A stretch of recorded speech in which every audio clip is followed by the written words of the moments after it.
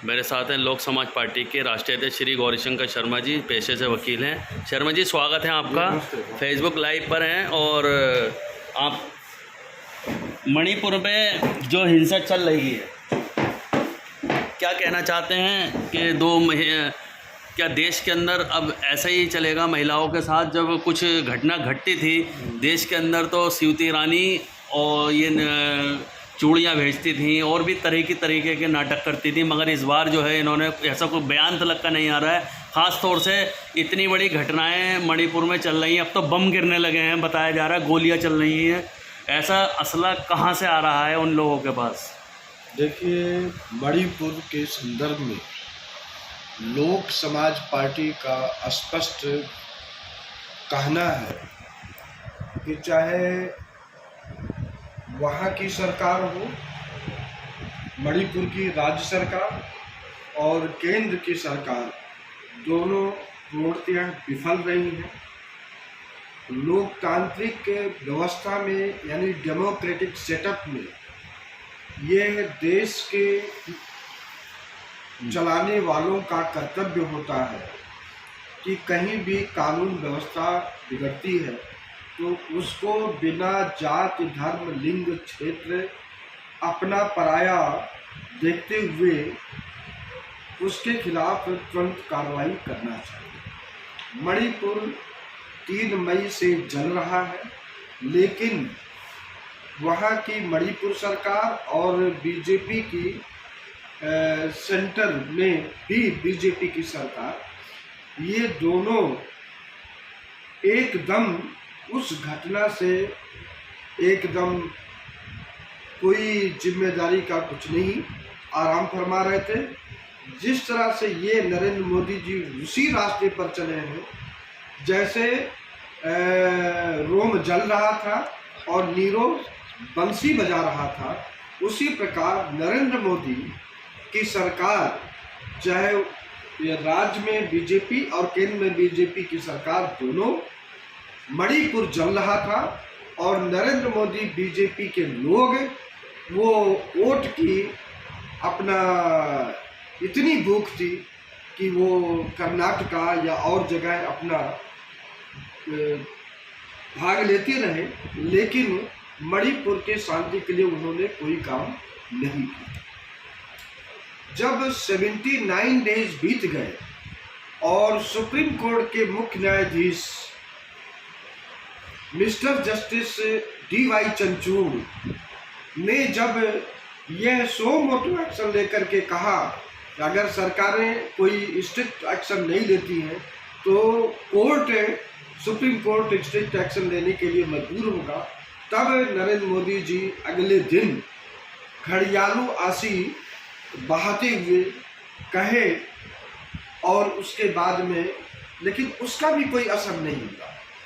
अब यहाँ पर यह है कि एक RSS का व्यक्ति है मोहन भागवत, वो आए दिन कोई ना कोई बयान देते रहते हैं, कभी हिंदुओं पर, कभी मुसलमानों पर, कभी ईसाइयों पर, और उनका इरादा यही होता है कि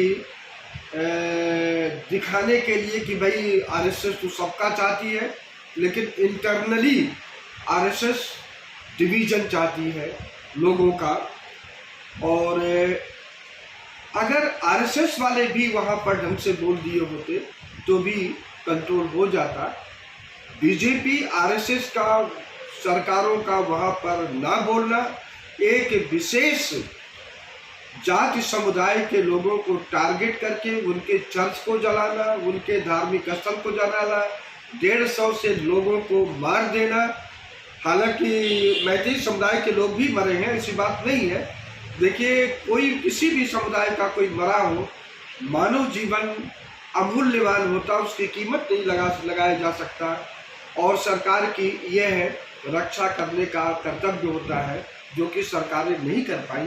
आपको बता दें, महाभारत काल में द्रौपदी का चीर हरण हो रहा था और धृतराष्ट्र सहित जो और भी पांडवों के लोग थे, सब बेबस थे, नहीं आवाज उठाए।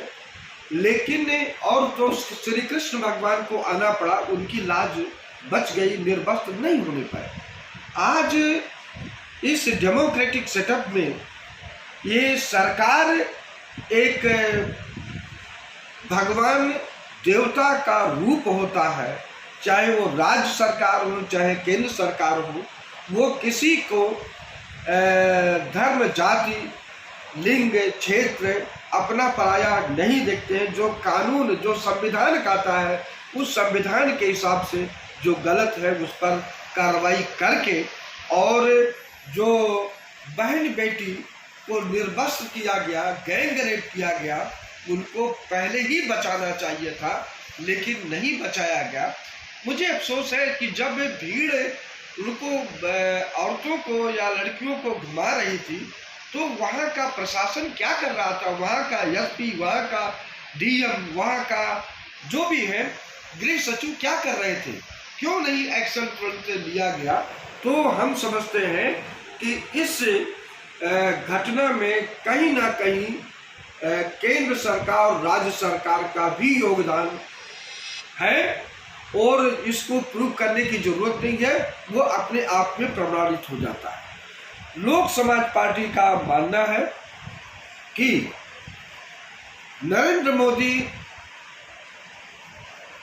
हर दिन, मैं तो समझता हूं कि जितना उनका कार्यकाल है, किसी दिन भी वो सही नहीं बोले हैं। झूठ पर झूठ देश की जनता को गुमराह करते रहे, और उनको अंतर आत्मा की आवाज़ से इस मणिपुर घटना के लिए कानून के हवाले करते हुए कहना चाहिए कि हाँ, हम विफल रहे, इन बच्चियों का, इन लड़कियों का लाज बचाने में।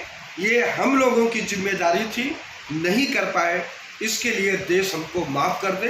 तो मैं समझता हूँ यह देश की बहुत बड़ी जीत है, लेकिन नरेंद्र मोदी और उनके जो एडवाइज़र हैं ऐसा नहीं करेंगे, क्योंकि उनमें शर्म की नाम की कोई चीज़ नहीं है, उनको लाज हया नाम की कोई चीज़ नहीं है।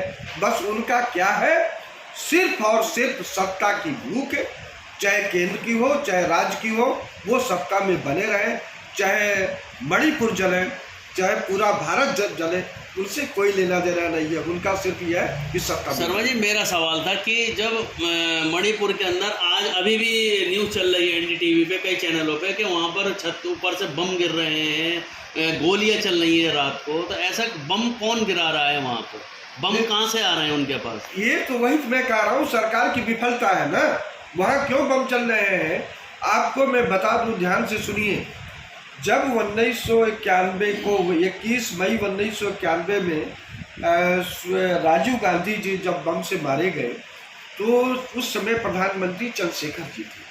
चंद्रशेखर जी को लगा कि अगर हम इसको सेंसिटिव इलाकों को कंट्रोल नहीं करते हैं तो इंदिरा गांधी के तर्ज पर बहुत बड़ा देश को नुकसान हो जाएगा। उन्होंने अपना पैरामिलिट्री फोर्स जहाँ भी था सब लगाए, लेकिन ये सरकार क्या कर रही है, गांव में अभी आ रहा है, अभी एनडीटीवी पर मैंने देखा कि गांव में रात को लोग सो नहीं पाते हैं कि एक समुदाय के लोग दूसरे समुदाय पर शंका करते हैं, गोलियां चल रही हैं, बम चल रहे हैं। ये क्यों चल रहा, क्या कर रहे हैं बीरेन जी, क्या कर रहे हैं नरेंद्र जी, क्या कर रहे हैं, ये क्या इनका हुआ है? तो आपका कहना ये है कि हमारे गृह मंत्री या प्रधानमंत्री को इस्तीफा दे देना चाहिए? बिल्कुल बिल्कुल इस्तीफा देना चाहिए। और साथ में आपको बता दें कि जब डेमोक्रेटिक सेटअप चाहे भारत या विश्व के किसी भी जगह हो, वहाँ पर प्रशासन की जिम्मेदारी है कि अपने देश प्रदेश की जनता को हर तरह से मुस्तैदी से चाक चौबंद सुरक्षा करे। और घटना घट रही है, आपको पता नहीं है, इसीलिए थाने में FIR होता, कभी लोग नहीं होता, जब वो अपना आते हैं तो अपना की जाती है। लेकिन जब आपको पता चल गया, पहले 3 तारीख को अगर मान लीजिए प्री प्लानिंग नहीं थी, नहीं जानकारी थी, 3 को जब रेडियो और सब पूरा चीज़ आपको जानकारी हो गई, तो आप तुरंत वहाँ पर कार्रवाई क्यों नहीं किए? आप मूक दर्शक बने रहे। तो जो प्रशासन, चाहे वो पुलिस हो या एडमिनिस्ट्रेटिव हो, ये जनता की सेवा यानी उनको बचाने में चूक किए, जानबूझ करके या गलती से जैसा भी है वो उनके ऊपर, उन पुलिस कर्मियों पर, उन अधिकारियों पर, उन मंत्रियों पर, चाहे वो गृह मंत्री हो, मुख्यमंत्री हो, प्रधानमंत्री हो, गृह मंत्री हो भारत के, या उनके प्रिंसिपल सेक्रेटरी, सभी की जिम्मेदारी बनती है कि उसको बचाया जाए। बचाए नहीं, अब भी नहीं हो रहा है तो इंडियन पेनल कोड की धारा 109 उसको अबेटमेंट कहते हैं। किसी को जो आपकी जिम्मेदारी कानूनी उसको आप ना करना, ना निभाना, वो भी अबेटमेंट माना जाएगा। और 119 है, उसमें भी इस प्रशासन को चलाने वाले, चाहे वो स्टेट में या केंद्र है, उन पर भी मुकदमा दर्ज करना चाहिए।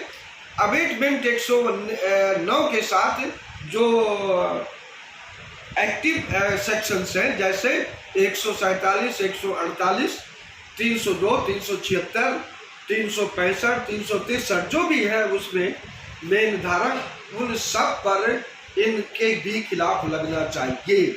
और आप आज आए हैं और भी कई चैनल वाले आए थे, मैंने उस पर स्पष्ट कहा कि नरेंद्र मोदी, उनके प्रिंसिपल सेक्रेटरी, गृह मंत्री अमित शाह, उनके प्रिंसिपल सेक्रेटरी, मुख्यमंत्री, उनके प्रिंसिपल सेक्रेटरी, राज्य के गृह मंत्री, उनके प्रिंसिपल सेक्रेटरी, राज्य के डीजीपी, सभी पर 109, 119, 148, 147, 363, 365, 302, 376 ये सभी लागू होना चाहिए, इन पर कार्रवाई होना चाहिए। राष्ट्रपति जी के बस का कुछ नहीं है, वो तो उनकी एक रबड़ स्टैंप है।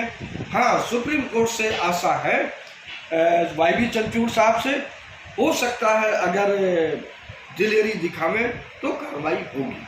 जी शर्मा जी, जब ऐसी घटनाएं देश के अंदर होती रहेंगी और हमारे प्रधान सेवक जी कह रहे हैं कि मुझे एक मौका और दो, मैं फिर से इसको सोने की चिड़िया बनाने की बात कर रहे हैं, मैं अर्थव्यवस्था सुधारने की बात कर रहे हैं कि तीसरी बार प्रधानमंत्री मुझे बनाओ, क्या ऐसे प्रधानमंत्री? अभी आज ही वहाँ पर दिल्ली में इधर प्रगति मैदान में कोई ऑडिटोरियम है, उसका उद्घाटन किए हैं। अभी न्यूज आ रहा था कि इस दूसरी अर्थव्यवस्था में, ये दूसरी कार्यकाल में 5वीं अर्थव्यवस्था हो गई है, लेकिन जब तीसरी बार अगर मिलता है, तीसरी बार में भारत की जो है तीसरी अर्थव्यवस्था हो जाएगी। क्या आपकी अर्थव्यवस्था हो गई 70 सालों में, यानी 2014 के पहले आज़ादी तक भारत सरकार के जितनी प्रधानमंत्री थे, कुल लोन लिए हैं 50 लाख करोड़ था। आपने अब तक जो है 150 लाख करोड़ कर दिया। ये 100 लाख करोड़ रुपया जो है लोन आपने 9 साल में ले लिया, और GST दुनिया भर के लगा रहे हैं, और खाने पीने से लेकर के जितने भी है सब पर टैक्स पे टैक्स लगा रहे हैं। कहीं ये भी देखा जाता है कि लोगों को समय पे तनख्वाह नहीं मिलता। दिल्ली में बहुत सारे ऐसे विभाग हैं जो कि दिल्ली अपना सेंटर का भी देखभाल होता है, राज्य सरकार का भी देखभाल होता है, और तो आज के समय में सेंटर का डायरेक्ट दखल हो गया है, तो लोगों को तनख्वाह नहीं मिलता है। ये क्या अर्थव्यवस्था है? लोगों को कर्जदार बना करके, लोगों को भिखमंगा बना करके, लोगों को बेरोजगार करके, लोगों को व्यापार नष्ट करके, लोगों को शिक्षा से वंचित करके, लोगों को हायर एजुकेशन से वंचित करके आप कौन सी तीसरी अर्थव्यवस्था बनाओगे? यही कि देश के कुछ मुट्ठी भर लोग खुशहाल रहे और बहुत बड़ी आबादी बेहाल रहे, ऐसी व्यवस्था, अर्थव्यवस्था देश को नहीं चाहिए। लोक समाज पार्टी का मानना है अगर विकसित राष्ट्र बनाना है तो इस भारतीय जनता पार्टी और कांग्रेस को हटाना है, लोक समाज पार्टी को लाना है, क्योंकि लोक समाज पार्टी को इसके विजन में इस भारत को एक विकसित राष्ट्र बनाने के लिए यह जरूरी है कि पूरे देश का पर कैपिटा इनकम होना चाहिए। सिर्फ अडानी मडानी के पर कैपिटा इनकम बढ़ने से कुछ नहीं होगा। जो गांव का किसान है, मजदूर है, रेहड़ी पटरी वाला है, इनका पर कैपिटा इनकम जब तक नहीं बढ़ेगा, लोगों को जितने भी लोग हैं छात्र पढ़ने वाले, उनको आसानी से हायर एजुकेशन मिले, फिर उनको परिवहन व्यवस्था अच्छी रहे।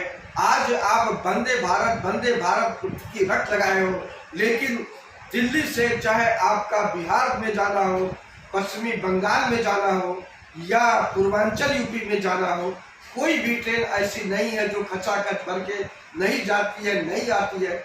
लोगों को ये परिवहन व्यवस्था आप देना चाहते हो, कहते हो कि विकसित राष्ट्र बन जाएगा।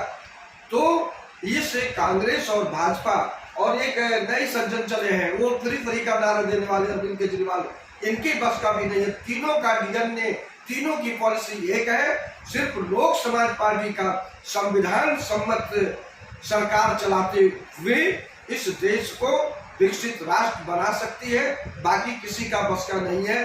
चाहे यूपी बिहार में स्थापित क्षेत्रीय पार्टियां हो, इनको तो सिर्फ लखनऊ और पटना की चिंता है, देश की चिंता नहीं है। लोक समाज पार्टी एक राष्ट्रीय पार्टी के रूप में बढ़ते हुए एक इस देश को संविधान के तहत चलाने हुए, निजीकरण ठेकेदारी को खत्म करते हुए, धार्मिक कट्टरता, आज जो मणिपुर में बवाल हुआ है धार्मिक कट्टरता के कारण हुआ है।